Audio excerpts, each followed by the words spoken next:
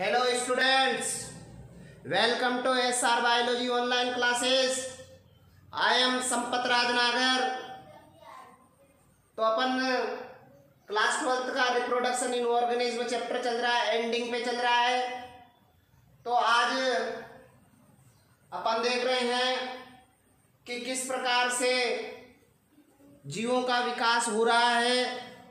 और अभी तक अपन ने चैप्टर में लगभग क्या क्या देखा है, स्टार्टिंग से मैं बता देता हूँ कि जनन कितने प्रकार, जनन होता क्या है, जनन के प्रकार कौन कौन से होते हैं, उसके बाद जनन जो प्रकार है लैंगिक अलैंगिक जनन उनमें क्या अंतर है, उसके बाद जीवन अवधि क्या होती है, जीवन चक्र क्या होता है, अलैंगिक जनन की विधियां अपन ने देखी है। जो अलैंगिक जनन है वो अलग अलग प्रकार का होता है। अलैंगिक जनन में फर्स्ट विधि अपन ने देखी, खंडन क्या होता है। उसके बाद विखंडन अपन ने देखा, विखंडन कितने प्रकार का होता है, द्विवीय विखंडन, बहु विखंडन। फिर उसके बाद अपन ने मुकुलन देखा, मुकुलन के बाद अपन ने पुनरुद्भवन भी देखा, बीजाणु के बारे में भी देखा। उसके बाद अपन ने कायिक जनन भी देखा। कायिक जनन भी अलग अलग प्रकार का होता है, प्राकृतिक कायिक जनन, कृत्रिम कायिक जनन। प्राकृतिक कायिक जनन भी जड़ द्वारा होता है, पत्ती द्वारा होता है, बलवंश द्वारा होता है, तने के द्वारा होता है। फिर प्राकृतिक, फिर उसके बाद तने भी अलग अलग प्रकार के होते हैं, कंद, प्रकंद, घनकंद, सलकंद होते हैं। उसके बाद ऊपरी भूस्तारी, अंत भूस्तारी, भूस्तारी भूस्तारी का होता है। फिर उसके बाद वायव्य तना अपन ने देखा। उसके बाद अपना अगला पॉइंट आता है कृत्रिम कायिक जनन। कृत्रिम कायिक जनन का केवल अपन ने फ्लो चार्ट बनाया है। कृत्रिम कायिक जनन में रूट कटिंग देखा, कटिंग में दो प्रकार के देखे, रूट कटिंग क्या होता है, स्टेम कटिंग क्या होता है। उसके बाद ग्राफ्टिंग देखा, ग्राफ्टिंग भी अलग अलग प्रकार का होता है, वेज ग्राफ्टिंग होता है, बड ग्राफ्टिंग होता है। उसके बाद अपन ने अनेक प्रकार अपन ने देखी। उसके बाद लेयरिंग देखी, लेयरिंग में माउंड लेयरिंग अपन ने देखी, गुटी विधि अपन ने देखी। ऐसे अपन ने ग्राफ्टिंग वाला भी कंप्लीट हुआ, लेयरिंग वाला भी कंप्लीट हुआ। उसके बाद जैसे ही अपन चलते हैं जीवन चक्र की प्रावस्थाएं आती है। उसके बाद आती है जीवन चक्र की प्रावस्थाएं। जीवन चक्र की जो प्रावस्थाएं होती है, बाल्यावस्था, किशोर अवस्था अपन ने देखा। उसके बाद प्रजनन अवस्था अपन ने देखा। उसके बाद वृद्धावस्था अपन ने देखा। उसके बाद प्रजनन जो अवस्था होती है उसमें अपने पॉलीकार्पिक प्लांट क्या होते हैं, मोनोकार्पिक प्लांट क्या होता है, मध्य चक्र क्या होता है, रज चक्र क्या होता है। ऐसे अपन ने उसके बाद अपन ने ये प्रकार अपन ने अध्ययन करा। उसके बाद अपन ने देख रहे हैं लैंगिक जनन की घटनाएं। इसके पहले अपन ने युग्मक निर्माण के दौरान भी अर्धसूत्री विभाजन होता है। युग्मक निर्माण के दौरान अर्धसूत्री विभाजन 3 प्रकार का होता है, जाइगोटिक मियोसिस होता है, स्पोरिक मियोसिस होता है, गेमेटिक मियोसिस होता है। उसके बाद लैंगिक जनन की घटनाएं आती है। लैंगिक जनन की घटनाएं भी 3 प्रकार की होती है, निषेचन से पहले की घटना, निषेचन बाद की घटना। निषेचन से पहले की घटनाओं में 2 संरचनाओं को इंक्लूड किया गया है। फर्स्ट जो इंक्लूड था उसमें युग्मक जनन था, युग्मक स्थानांतरण था। दूसरा पॉइंट था निषेचन फर्टिलाइजेशन। अब निषेचन में 2 प्रकार का होता है, बाहरी निषेचन और आंतरिक निषेचन। उसके बाद अपन देखते हैं निषेचन पश्च की घटना। निषेचन पश्च की घटना होती है वो 2 प्रकार की होती है, उसमें युग्मन जाता है, भ्रूणोद्भव आता है। उस प्रकार से अपन ने सब कुछ ऐसा मिलकर के चैप्टर का एंडिंग है। उस चैप्टर के एंडिंग में अपन चल रहे हैं कि किस प्रकार से जो भ्रूण बनता है तो उस भ्रूण का विकास कौन कौन सी जगह होता है। भ्रूण अंडों में भी विकास होता है, भ्रूण मादा के शरीर के अंदर भी होता है। उसी प्रकार अपन देखते हैं ऐसे अंड प्रजक जिसे बोला जाता है ओविफेरस, दूसरा होता है सजीव प्रजक। सजीव प्रजक जंतु वे हैं जो मादा के शरीर के अंदर अपना शरीर का विकास करते हैं, भ्रूण का विकास होते हैं। तो अंड प्रजक जंतु क्या होते हैं? अंड प्रजक जंतु वे जंतु है जो कैल्शियम कार्बोनेट कवच युक्त अंडे देते हैं। ऐसे जंतु जो कैल्शियम कार्बोनेट कवच युक्त अंडे देते हैं, और इन अंडों में क्या होता है, इन अंडों के अंदर भ्रूण का विकास होता है।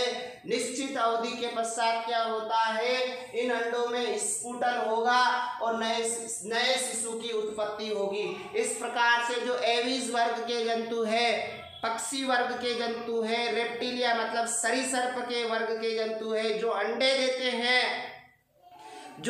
देते हैं उनमें अंडों का निर्माण होते हैं, अंड प्रजक जंतु कहलाते हैं। उसके बाद आता सजीव प्रजक जंतु विविपेरस जंतु, ऐसे जंतु जिनमें भ्रूण का विकास मादा के शरीर के अंदर, मादा के गर्भाशय के अंदर होता है। वहाँ उनको पूर्णतः संरक्षण मिलता है, गर्भाशय के अंदर उनको वहाँ पूरी तरह देखभाल होती है, वहाँ श्वसन का काम होता है, वहाँ उत्सर्जन का काम होता है प्लेसेंटा के द्वारा। उसके बाद अपन देखता सजीव प्रजक में क्या हो गए, वे जंतु जो शिशु उत्पन्न करते हैं, क्या होते हैं, बच्चे उत्पन्न करते हैं। इनमें भ्रूण का विकास कहाँ होगा, मादा प्राणी के शरीर गर्भाशय में होगा, और ये प्रसव क्रिया द्वारा क्या करते हैं, नए शिशु की उत्पत्ति करते हैं। और गर्भाशय में क्या होता है, उचित देखभाल होती है, पोषण मिलता है, संरक्षण मिलता है, और प्लेसेंटा के द्वारा क्या होता है, श्वसन व उत्सर्जन की क्रिया होती है। तो अब क्या होता है, नोट डाल करके, नोट है अंड प्रजक की तुलना में सजीव प्रजक में जीवित रहने के अवसर ज्यादा होते क्योंकि अंड प्रजक क्या होते, अंडे बाहर देते हैं।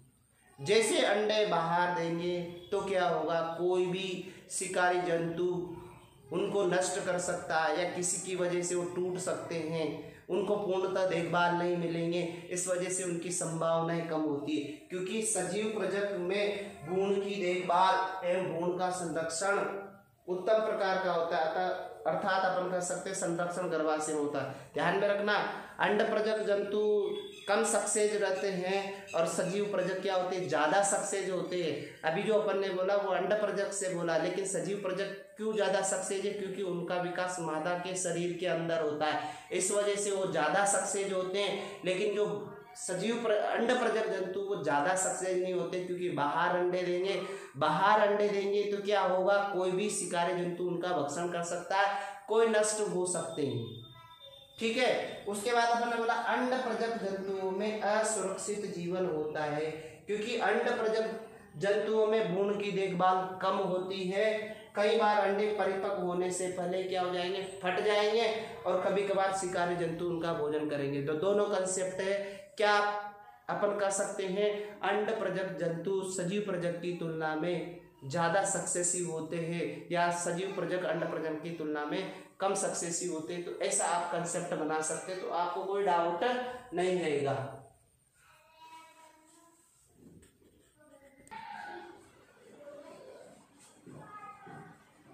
हाँ बच्चों, इसके बाद अपन भ्रूणोद्भव में डायग्राम, जो अंडे होते हैं कैल्शियम युक्त अंडे, और जिसे अपन ने बोला अंड प्रजक जंतु, और दूसरा अपन ने बोला सजीव प्रजक।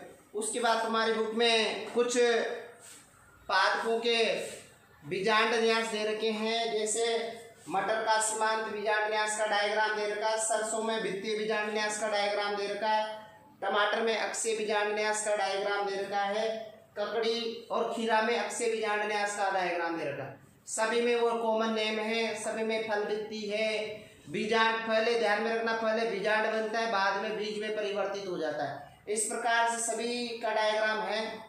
और उसके बाद आभासी पट दे रखा, ध्यान में रखना, जो सरसों होता है, सरसों में पहले कोई पट नहीं बनता, बाद में उसमें आभासी पट का निर्माण होता है, जिसे रेपलम कहा जाता है।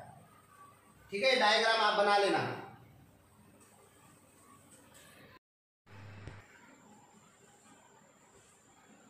अनिषेक जनन, अनिषेक जनन क्या होता है? अनिषेक जनन का मतलब है एक होता है निषेचन। निषेचन का मतलब होता है नर युग्मक और मादा युग्मक का संलयन, क्या कहलाता है? निषेचन कहलाता है। अब यहाँ निषेचन के बिन एक होता है अनिषेक जनन। अनिषेक जनन से मतलब है कि बिना निषेचन के संतानों का निर्माण होना। या नर युग्मक और मादा युग्मक के बिना संलयन के संतानों का निर्माण होना, बिना संलयन के, तो यह क्या होगा, बिना निषेचन के भ्रूण परिवर्धन को अनिषेक जनन कह सकते हो। या यह बोलो कि अनिषेक जनन वह प्रक्रिया है जिसमें बिना निषेचन के या बिना युग्मक संलयन के संतानें उत्पन्न करना अनिषेक जनन कहलाता है। और अनिषेक जनन में उत्पन्न होने वाली संतानों को फार्ती नोट कहा जाता है।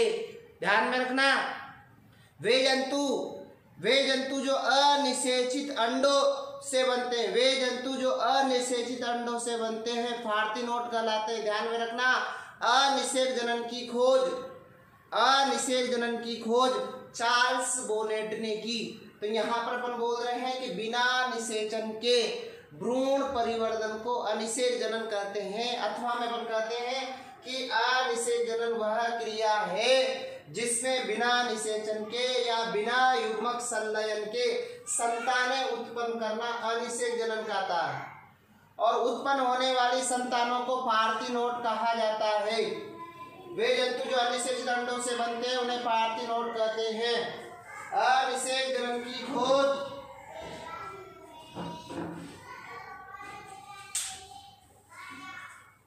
अनिषेक जनन की खोज किसने की, चार्ल्स बोनेट ने की। अनिषेक जनन की खोज किसने की, चार्ल्स बोनेट ने की। कुछ जीव जैसे हैं रोटीफर्स, मधुमक्खी, छिपकली, पक्षी में बिना निषेचन के अर्थात नर युग्मक संलयन के बिना मादा युग्मक नए जीव का विकास करता, मतलब नर युग्मक मादा युग्मक से कोई संलयन नहीं कर रहा और उसके बिना ही नया जीव का विकास करे, तो इस घटना को बोला जाता अनिषेक जनन। तो इस घटना को क्या बोला जाता है, अनिषेक जनन कहते हैं। और अनिषेक जनन दो प्रकार का होता है, प्राकृतिक अनिषेक जनन जो प्रकृति में अपना आप ही होता है वो अनिषेक जनन, दूसरा कृत्रिम अनिषेक जनन। कौन सा, कृत्रिम अनिषेक जनन। और फिर प्राकृतिक अनिषेक जनन दो प्रकार का है, एक तो अगुणित अनिषेक जनन और दूसरा द्विगुणित अनिषेक जनन, ये दोनों प्रकार। फिर उसके बाद है कृत्रिम अनिषेक जनन, इनके बारे में डिटेल से अपन देखते हैं। आगे देखते हैं अनिषेक जनन के प्रकार। अनिषेक जनन दो प्रकार का होता है, प्राकृतिक अनिषेक जनन और कृत्रिम अनिषेक जनन। प्राकृतिक अनिषेक जनन क्या होता है, ऐसा निषेचन जो जंतुओं में प्राकृतिक रूप से पाया जाता है। उस जैसे मधुमक्खी में प्राकृतिक रूप से अनिषेक जनन पाया जाता है, ततैया में, चींटी में, दीमक में, सी अर्चिन के जो अंडे होते हैं उनमें प्राकृतिक रूप से अनिषेक जनन पाया जाता है। जो प्राकृतिक अनिषेक जनन होता है वो दो प्रकार का होता है, अगुणित अनिषेक जनन जिसे आप बोलते हैं हैप्लॉइड पार्थेनोजेनेसिस, जिसे एलेनोटोकी भी कहा जाता है। दूसरा होता है द्विगुणित अनिषेक जनन, द्विगुणित अनिषेक जनन को बोला जाता है डिप्लॉइड पार्थेनोजेनेसिस। डिप्लॉइड पार्थेनोजेनेसिस को थैलीटोकी भी कहा जाता है। अगुणित अनिषेक जनन में क्या होता है, ऐसा अनिषेक जनन जिनमें अर्धसूत्री विभाजन होता है,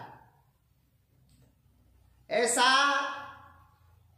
अनिषेक जनन जिनमें अर्धसूत्री विभाजन होगा, अर्धसूत्री विभाजन होगा तो अगुणित अंडे बनेंगे। अगुणित अंडे बनेंगे तो उनमें संलयन भी हो सकता है, बिना संलयन के भी हो सकता है। यदि बिना संलयन के कोई संतान बनेगी तो वो नर संतानें बनेगी, बंदे होगी, नपुंसक होगी। यदि कुछ संतानें जो निषेचन के द्वारा बने वो क्या होगी, मादा संतान का विकास होगा या श्रमिक का विकास होगा।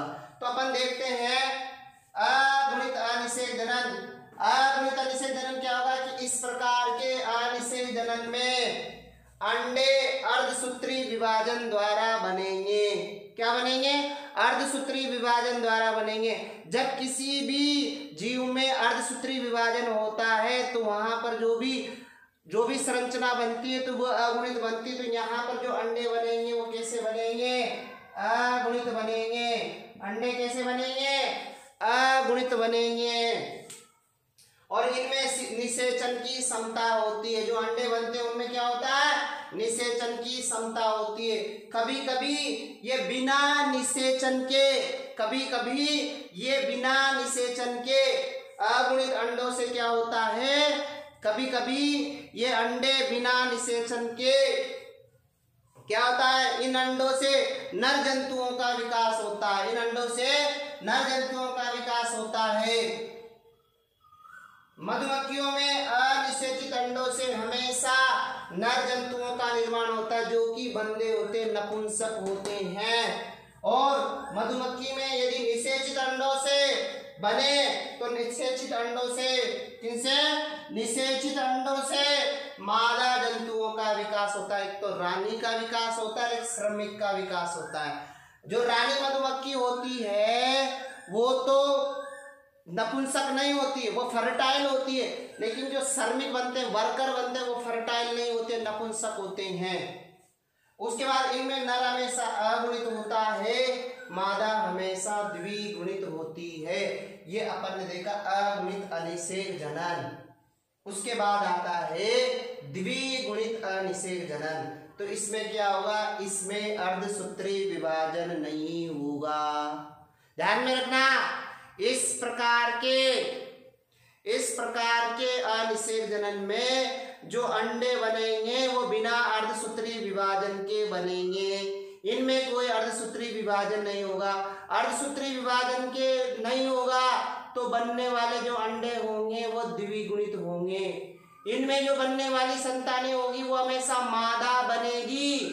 इनमें हमेशा मादा संतानें बनेगी, नर संतानों का विकास नहीं होगा। तो अपन बोल रहे हैं इस प्रकार के अनिषेक जनन में अंडे बिना अर्धसूत्री विभाजन के बनते हैं।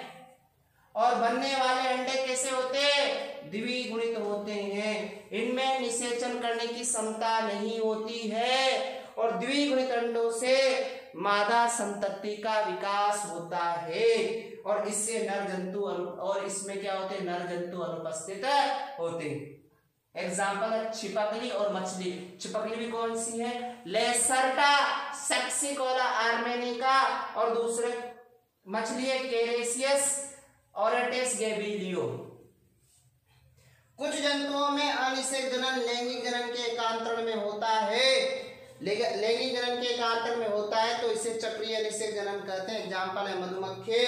कुछ जंतुओं में लैंगिक जनन अंग अनुपस्थित होते हैं और इनमें जंतु हमेशा कैसा होता है?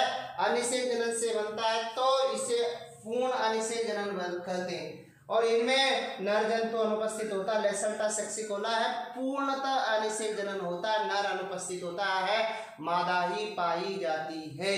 अब अपन देखते हैं कृत्रिम अनिषेक जनन। सेकंड पॉइंट चलेगा अपना कृत्रिम अनिषेक जनन। कृत्रिम अनिषेक जनन, कृत्रिम अनिषेक जनन से मतलब है जिसको कृत्रिम वृद्धियों के द्वारा प्रेरित किया जाता है। इसमें अंडों को कृत्रिम माध्यम में रखा जाता है या करंट के झटके दिए जाते हैं या किसी माध्यम में रखा जाता है। मतलब कृत्रिम माध्यम मतलब मानव निर्मित कृत्रिम माध्यम दिया जाता है। उसमें अंडों को रखा जाता है, फिर उनको प्रेरित किया जाता है और उन अंडों से फिर नए जीव का विकास किया जाता है। मतलब उनमें अनिषेक जनन को प्रेरित किया जाता है।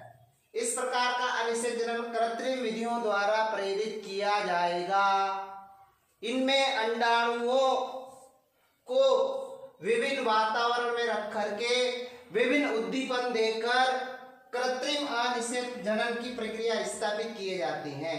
इसके लिए निम्न कृत्रिम विधियों का उपयोग लिया जाता है। पहला है यदि अंडों को कुछ लवणों जैसे NaCl, LaCl, सोडियम क्लोराइड और लिथियम क्लोराइड में रखने पर अंडों में अनिषेक जनन होता है।